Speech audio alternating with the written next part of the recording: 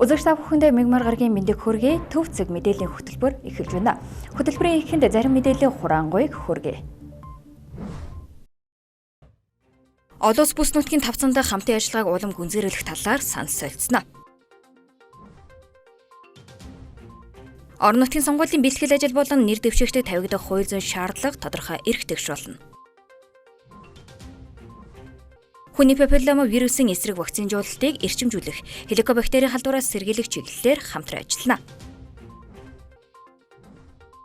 Трамп Ирантай хэлэлцээр байгуулах хүртэл Ормозын хоолой бүслэлтийг зогсоохгүй. Тим Кук Apple компанийн гүйцэтгэх захирлын альбом тушаалаас бух оруулжээ. Японд ирэх 7 хоногт аюултай газар хөлөлд болох эрсдэлтэй байгааг анхаарууллаа. Ерөнхийлөгч хүрэлцэх бүгд найрамдах Казахстан улсын ерөнхийлөгч Касим-Жомарт Кемелевич Токаевын урилгаар энэ сарын 20-оос 23-ны өдрүүдэд тус улсад төрийн ажил хийж байна. Энэхүү ажил нь хоёр улсын хооронд дипломат харилцаа тогтоосноос хойш 34 жил, Монгол улсын төрийн тэргүүний төвчөнд тус улсад 20 жилийн дараа хийж буй түүхэн ач холбогдолтой үйл явдал болж байгаа юм. Ерөнхийлөгчийг Астана хотын Нурсултан Назарбаевын нэрмжит олон улсын нисэх хонгоцны буудалд бүгд найрамд Казахстан улсын гадаад хэргийн сайд Каширбаев, Монгол улсаас тус улсад суугаа онц бөгөөд бүрэн эрхт элчин сайд Бачаргал нарын албаны хүмүүс хүндэтгэлтэйгээр урагтаа авлаа. Талууд өнгөрсөн 30 гаруй жилийн харилцааны ололт амжилтыг дүүгнэн стратегийн түншлэх харилцааг өргөжүүлэх, хамтын ажиллагааг эдийн засгийн агуулгаар баяжуулах болон олон улс бүс нутгийн тавцан дахь хамтын ажиллагааг улам гүнзгийрүүлэх талаар санал солилцохоор төлөвлөжээ. Мөн ерөнхийлөгч хүрсүхэд Казахстаны парламентын дарга болон ерөнхий сайд нар бараалхаж хоёр талын харилцааны чиглэлийг хэлцэх юм. Энэ удаагийн Монгол улсын ерөнхийлөгчийн бүгд найрамдах Казахстан улсад хийж байгаа айлчлал бол одоо ерөнхийлөгчийн төвшөнд 20 жилийн дараа хэрэгжиж байгаагаар бол онцлог байгаамаа. Тэгэхээр манай хоёр улс бол 1992 онд бол дипломат харилцаа тогтоосон. Тэгэхээр 1991 онд бол одоо өөрөөр хэлбэл тухайн үеийн зөвлөлт холбоотой улс задарснаар бол Казахстан улс 1992 онд бол одоо бие даасан улс болсноо бол одоо албан ёсоор бол зарласан байгаамаа. Тэгэхээр 1992 онд бол одоо нэгдсэн үндэсний байгууллагад албан ёсоор элсэж за олон улсаар хүлээн зөвшөөрүүлсэн. За тэгээд 92 онд бол Монгол улсын хувьд бол бүгд найрамдах Казахстан улсыг бол албан ёсоор одоо бүрэн хүлээн зөвшөөрч манай хоёр улс бол дипломат харилцаа тогтоосон ийм түүхтэй юм байгаамаа. За 1992 онд бол за манай одоо Казахстан улсын Алматы хотод бол Монгол улсын одоо элчин сайдын яам бол албан ёсоор одоо нээгдэж үйл ажиллагаагаа явуулсан байгаа. За тэгээд түүнээс хойш бол одоо Астана хотод бол 2010 он гэхэд бол одоо нүүн шилжиж одоо сууршиж үндсэн үйл ажиллагаагаа бол идэвхтэй явуулсаар бол өнөөдрийг хүрч байгаамаа. Айлчлалын үеэр талууд худалдаа эдийн засаг, банк, газрын тус, эрчим хүч, хот байгуулалт, шинжлэх ухаан, соёл, аялал жуулчлал, хэвлэл мэдээлэл зэрэг өргөн хүрээний салбарт хамтран ажиллах тухай засгийн газар болон байгууллага хоорондын баримтгчдүүдэд гар үсэг зурна. Түүнчлэн Казахстан Монголын бизнес форум болохын зэрэгцээ Астана хотноо анх удаа Монголын сайхан орон хүндэтгэлийн концерт гэрэл зургийн үзэсгэлэнг төлөвлөхөөр бэлтгэсэн байна. Өнөөдөр Монгол улсын ерөнхийлөгч хүрэлцэх бол Төв Азийн 5 улсад төрийн ажил хийсэн Монгол улсын цорын ганц ерөнхийлөгч биш үү? Тэгээд 5 улстай зэрэг харилцсан.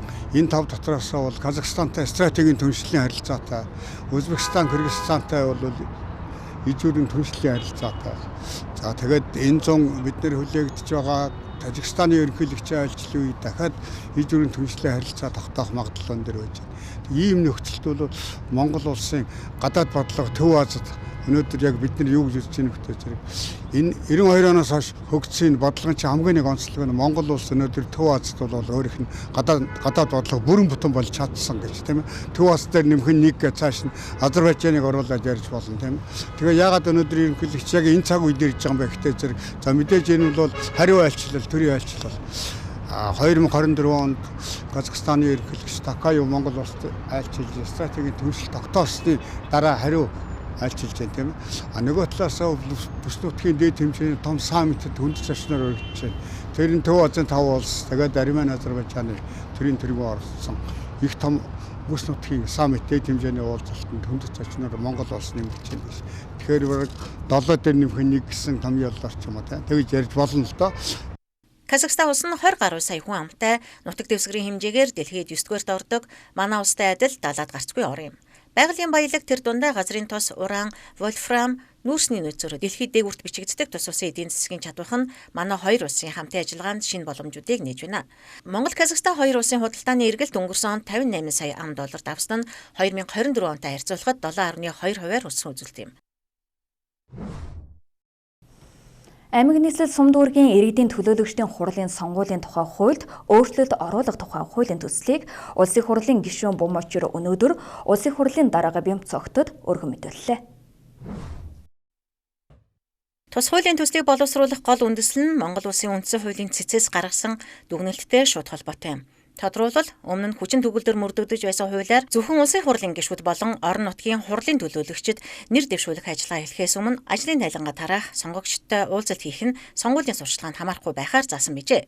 Гэвч үндсэн хуулийн цэц энэхүү зохицуултыг үндсэн хууль заасан хүн бүр хуулийн өмнө эрхтэгч байх, хүнийг эрхэсэн ажил албан тушаалаар нь ялгарлан гадуурхаж болохгүй гэсэн зарчмыг зөрчсөн гэж үзсэн байна. Иймд үндсэн хуулийн цэцийн дүгнэлтийг улсын хурал хүлээн зөвшөөрч 2025 онд улсын хурлын сонгуулийн тухай хуульд холбогдох өөрчлөлтийг оруулсан юм. Харин өнөөдөр өргөн мэдүүлсэн хуулийн төсөл нь энэхүү зарчмын өөрчлөлтийг орон нутгийн хурлын сонгуулийн тухай хуульд нийцүүлэх зорилготой ажээ. За хэрвээ та бүхэн санаж байгаа бол өнгөрсөн жил өдийд их хурлаар одоо үндсэн хуулийн цэцийн 3 дугаар дүгнэлт ирсэн. Тэр дүгнэлтэн дээр ямар юм байсан бэ гэхээр их хурлын сонгуулийн тухай хуулийн нэг заалт байгаа. Тэр заалт бол их хурлын гишүүний тайлангаа тавих тухай асуудал. Сонгуулийн өмнө тайлангаа, сонгуул болохоос өмнө тайлангаа тавих нь сонгуулийн сурталчилгаанд тооцогдохгүй гэдэг ийм агуулгатай заалт байсан. Энийг бол цэц үндсэндээ хүчингүй болгох ёстой. Ягаад гэвэл тэгш өрсөлдөөнийг өгөө хийж байна. Их хурлын гишүүдэд даваа тал болгож байна гэсэн. За энийг бол үндсэндээ өнгөрсөн жилийн өдийд их хурлаар хэлцээд цэцийн энэ 3 дугаар дүгнэлтийг хүлээж авсан юм байна. Яг энэ их хурлын сонгуулийн тухай хуулийнхаа тэр өөрчлөгдсөн заалтад нийцүүлээд энэ орон нутгийн иргэдийн төлөөлөгчдийн хурлын одоо сонгуулийн тухай хуульд тэр нийцүүл тэр заалтыг нь бас оруулж ирж байгаа. Сонгуул эхлэхээс өмнө тайлан тавьдаг нэг юм зүйл байгаад байна. Тэр нь сонгуул эхлэхээс өмнө тавьчихаар сонгуулийн сурталчилгаанд орчих гээд байдаг, хууль бус олчих гээд байдаг. Гэтэл одоо иргэдийн төлөөлөгчдийн хурал болоод их хурлын гишүүд нь болохоор тайлангаа тавих эрх нь олгогчод байдаг. Магадгүй их хурлын гишүүн биш, иргэдийн төлөөлөгч биш хүн болохоор тайлан тавихаар одоо сонгуулийн хууль зөрчсөн болчих гээд байдаг нэг ийм агуулга байгаад байна. Тэгэхээр энийг тэгшдгээд альва этгээд тайлангаа тавь. Жишээ нь одоо иргэдийн төлөөлөгчдийн хурал нэр дэвших гэж байгаа бол сонгуул эхлэхээс өмнө тайлангаа тавьж болно. Түүнийг сонгуулийн сурталчилгаанд тооцохгүй л гэсэн. Хуулийн төсөл тусгаснаар орон нутгийн хурлын сонгуулийн тухай хуулийн 47 дугаар зүйлийн 47-гийн 7 дахь хэсэг заасан орон нутгийн хурлын төлөөлөгч гэсэн нэр томьёог альва этгээд гэж өөрчлөн найруулж байгаа юм байна. Ингэснээр зөвхөн одоогийн төлөөлөгчд бус сонгуульд нэр дэвшихээр сонирхож буй альва иргэн нэр дэвшүүлэх ажиллагаа эхлэхээс өмнө өөрийн ажлын тайлангаа танилцуулах, сонгогчдтой уулзалт зохион байгуулах боломжтой болох бөгөөд үүнийг сонгуулийн сурталчилгаанд хамааруулахгүй байхаар зохицуулж байна. Төсөл санаачлагч улсын хурлын гишүүн Бумочир энэхүү өөрчлөлт нь Монгол улсын нэгдэн орсон хүний эрхийн олон улсын гэрээ конвенцуудад нийцгээс гадна сонгуульд өрсөлдөгч талуудын тэгш байдлыг хангах, хууль ёсны эрх ашигыг хамгаалахад чухал ач холбогдолтой гэдгийг танилцуулахад онцлсон. Хуулийн төсөл батлагдсанаар орон нутгийн сонгуул, бэлтгэл ажил болон нэр дэвшигчдэд тавигдах хууль зүйн шаардлага илүү тодорхой, эрх тэгш болох хүлээлттэй байна. Нийслэлийн засаг даргын эдийн засаг дэд бүтцийн асуудал хариуцсан 1-р орлогч Амар Төвшин өнөөдөр нийслэлийн иргэдийн эрүүл мэндийг хамгаалах, урьдчилан сэргийлэх чиглэлээр хэрэгжүүлж буй томоохон төсөл хөтөлбөрүүдийн талаар мэдээлэл хийлээ. Хэвлэлийн хурлын эхэнд тэрээр ходоодны хорт авдрын гол шалтгаан болдог хеликобактерийн халдвараас урьдчилан сэргийлэх, илрүүлэх төслийн явцыг танилцуулсан юм. Монгол улс ходоодны хорт авдрын өвчлөл нас баралтаар дэлхийд тэргүүлж байгаа бөгөөд үүнд хеликобактерийн халдвар шийдвэрлэх нөлөө үзүүлдэг. Тиймээс нийслэлийн зүгээс иргэдийг эрт илрүүлэгт хамруулах, бактерийн халдварыг богино хугацаанд устгах, цогц арга хэмжээг дүүрэг өрхийн эрүүл мэндийн төвүүдээр дамжуулан эрчимжүүлэхээр төлөвлөсөн байна. Манай Монгол улсад биш үү те зөвхөн 2025 он гэхэд илэгний хавдраар 1500 хүн нас орж байна. 1500 гаруй хүн нас орж байна. Хеликобактериас үүдэлтэй хоол боловсруулах ходоод, нарийн шулуун гидсээ ийм хавдраас бид нар жил болгон 1100 гаруй хүн нас орж байна. За үүний дараа мэдээж нөгөө умаа үзэн хорт авдрын нас оролтууд орж явж байгаа. Ингээд бид нар урьдчилж сэргийлэх боломжтой, өөрсдөө хамгаалж боломжтой ийм өвчнөөр ингээд жил болгон 1000-аараа хавдар тусаад 1000-аараа хавдрын илрээд ингээд нас ураад явж байгаа зүйл бол ингээд одоо байж болохгүй зүйлүүдийн нэг шүү дээ, тийм биз дээ. За Амар Төвшин дараа түрүүнд бидний хамтын ажиллагааны чиглэлүүдийг товч дурдсан байгаа.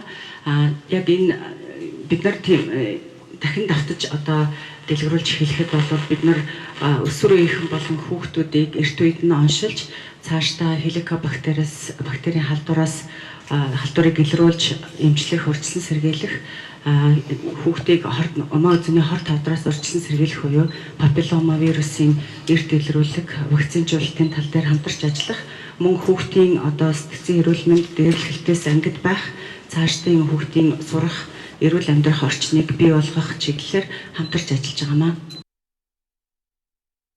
Мөн хэвлийн хурлын үеэр хөндөгдсөн өөр нэг чухал асуудал бол умаа хүү зүйний хорт тавдрын эсрэг хүний папиллома вирусын вакцины асуудал байлаа. Нийслэлийн хэмжээнд охид эмэгтэйчүүдийг энэхүү аюул өвчнөөс хамгаалах дархлаажуулалтын аяныг эрчимжүүлж байгаа бөгөөд вакцины ач холбогдлыг иргэдэд зөв таниулах, хамрагдалтыг нэмэгдүүлэхэд анхаарч байгаагаа нийслэлийн засаг даргын эдийн засаг дэд бүтцийн асуудал хариуцсан 1-р орлогч амар төвшин илэрхийллээ. Умаа хүү зүйний хорт тавдар нь урьдчилан сэргийлэх, вакцинжуулах замаар бүрэн таслан зогсох боломжтой өвчин гэдгийг мэрэгчлэтнүүд зөвлөж байгаа тул нийслэлийн зүгээс вакцины нөөц болон хүртээмжийг доктортой анхаар ажиллаж байгаа юм байна.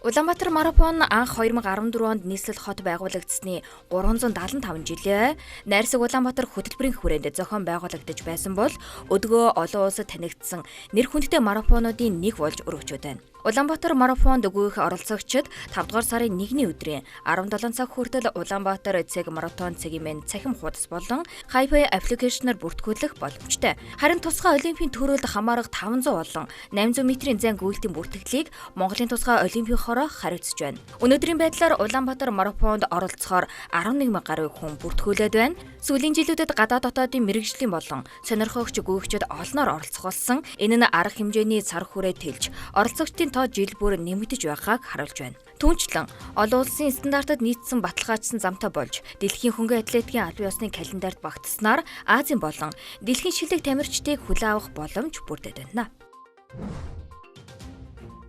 Ерөнхий боловсролын сургуулиуд спорт болон урлаг заалаа түрээсэлж, олсон мөнгөнд сургуулийн орлого болтгоо. Тэгвэл нийслэлийн иргэдийн төлөөлөгчийн хурлын төлөөлөгч, засаглал эрхтэн хорооны дарга Сэмжидмаа ерөнхий боловсролын сургуулиудын спорт зал, урлаг заалыг түрээсэлж ашиг олох бус сурагчдаа үн төлбөргүй ашиглуулах асуудлыг өргөн барьж танилцууллаа. Тодорхойлбол бэм гарагт 9-өөс 17 цагуудад, нэм гарагт 10-аас 16 цагуудад сургуулийнхаа сурагчдад үн төлбөргүй ашиглуулах зохицуулалтыг хийхээр тусгажээ. Ингэснээр сурагчдын чөлөө цагаа үр бүтээлтэй өнгөрөх, авьяас чадвараа хөгжүүлэх, эрүүл амьдралын хэв маягт суралцах нөхцөл бүрдэх боломжтой юм а. Уг төслийг эх 7 хоногийн даваа гарагт товлогдсон нийслэлийн иргэдийн төлөөлөгчийн хурлын ээлжид 7 дугаар хуралдаанаар хэлэлцгийг гишүүд дэмжижээ. Монголын уулчдын үндэстний холбооны удирдах зөвлөлийн хурлын тогтоолоор жил бүрийн 4-р сарын 21-ний өдрийг Монголын уулчдын өдөр болгохоор шийдвэрлсэн төвхтэй. 1955 онд Отхон тэнгэр хайрханд авирсан түүхэн өдрөөс улбаалan тус оргилын өндрийн 4021 метрийг бэлэгдэн жил бүрийн 4-р сарын 21-нд уулчдын өдрийг тэмдэглэх болжээ. Хангаан нурны ноён оргил Отхон тэнгэр ууланд 1955 оны 6-р сард гарсан нь цас мөстэй ууланд альпинизм хэлбэрээр авирсан анхны авиралт гэж үздэг. Манай улс энэхүү өдрийг 4 дахь жилдээ тэмдэглэн өнгөрүүлж байгаа бөгөөд энэ удаа уулчдын цогцолборт хүндэтгэл үзүүлсэн байна. Ардын хувьсгалын 30 жилээр зориулж ууган маструудын нэг нэм сүрэнгээр удирдуулсан 10 хүний бүрэлдэхүүнтэй баг 1951 оны 6 дугаар сарын 26-нд Хинтийн нурууны ноён оргил асралт хайрханд гарсан юм. Энэ үйл явдал нь Монголын уулчдын түүхийн эхлэлийг тавьсан хэдий ч мэрэгжлийн төвшөнд мөсний тах зүүж мөнх цастай уулын оргил хөл хүрсэн авиралт нь Отхон тэнгэрийн авиралт байсан гэж үздэг байна.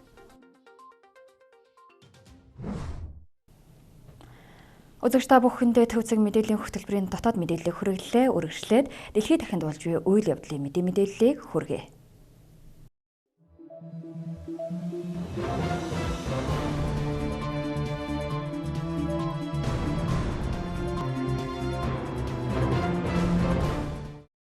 Үзэгч та бүхэнд өрөөмөндийг хүргэе. Төвцөг мэдээллийн хөтөлбөр олон улсын мэдээгээр үргэлжилж байна. Америкийн нэгдсэн улсын ерөнхийлөгч Дональд Трамп Америк Ираны хооронд байгуулсан 2-7 хоног гал зогсоох тохиролцоо 22-ны лав гарагт дуусахыг сануулж хэрвээ энэхүү хугацаа дуусахаас өмнө хэлэлцэл байгуулж чадахгүй бол гал зогсоох хугацааг сунгах магадлал маш бага гэдгийг мэдгдлээ. Мөн тэрээр даваа гарагт нийгмийн сүлжээнд нийтлсэн мэдээлэлтэй Тегерантай хэлэлцээр байгуулах хүртэл Ираны бомбуудыг хязгаарласан бүслэлтэд зогсоон суллахгүй гэдгээ онцолжээ. Тегерантай тохиролцоонд хүрч чадахгүй тохиолдолд Ираны эсрэг цэргийн ажиллагаагаа нэн даруй сэргээх хэсэг талаарх сэтгүүлчийн асуултанд Дональд Трамп тохиролцоонд хүрч чадахгүй бол тийм зүйл болно гэж би таамаглаж байна хэмээн хариулсан байна.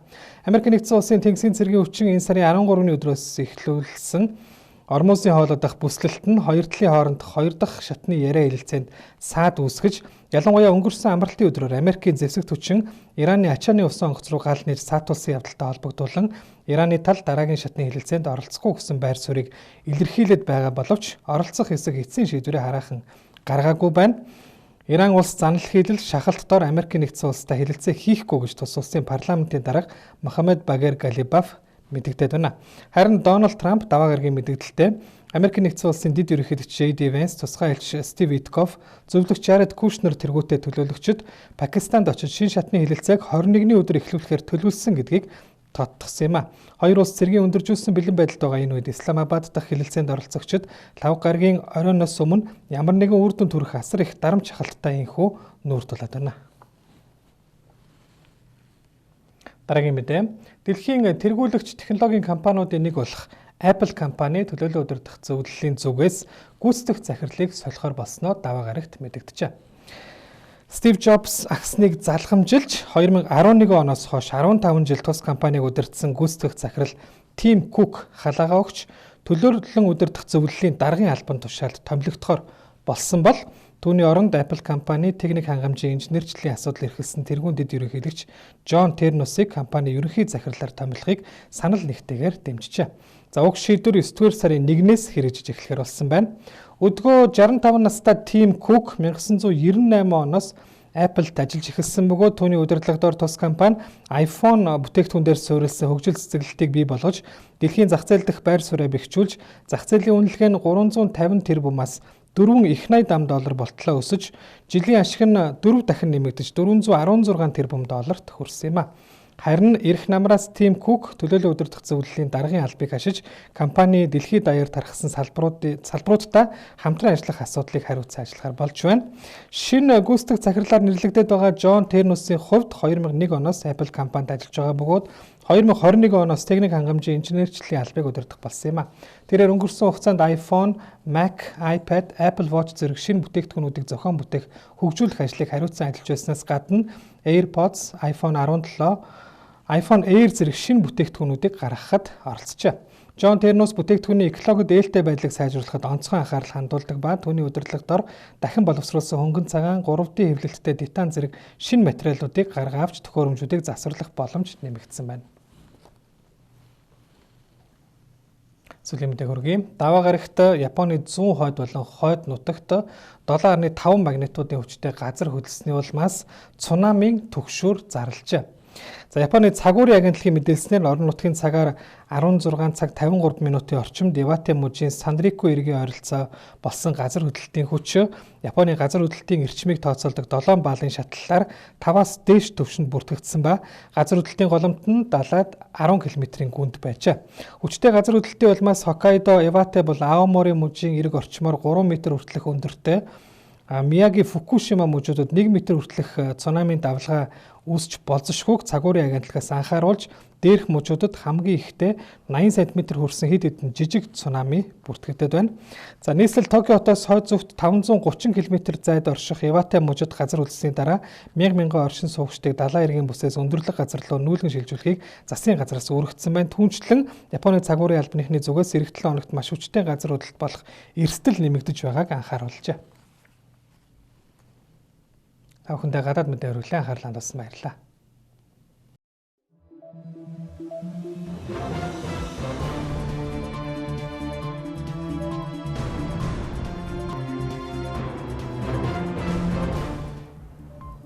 Төвцөг мэдээллийн хөтөлбөр өндөрлөж байна. Анхаарлаа хандуулсанд баярлалаа.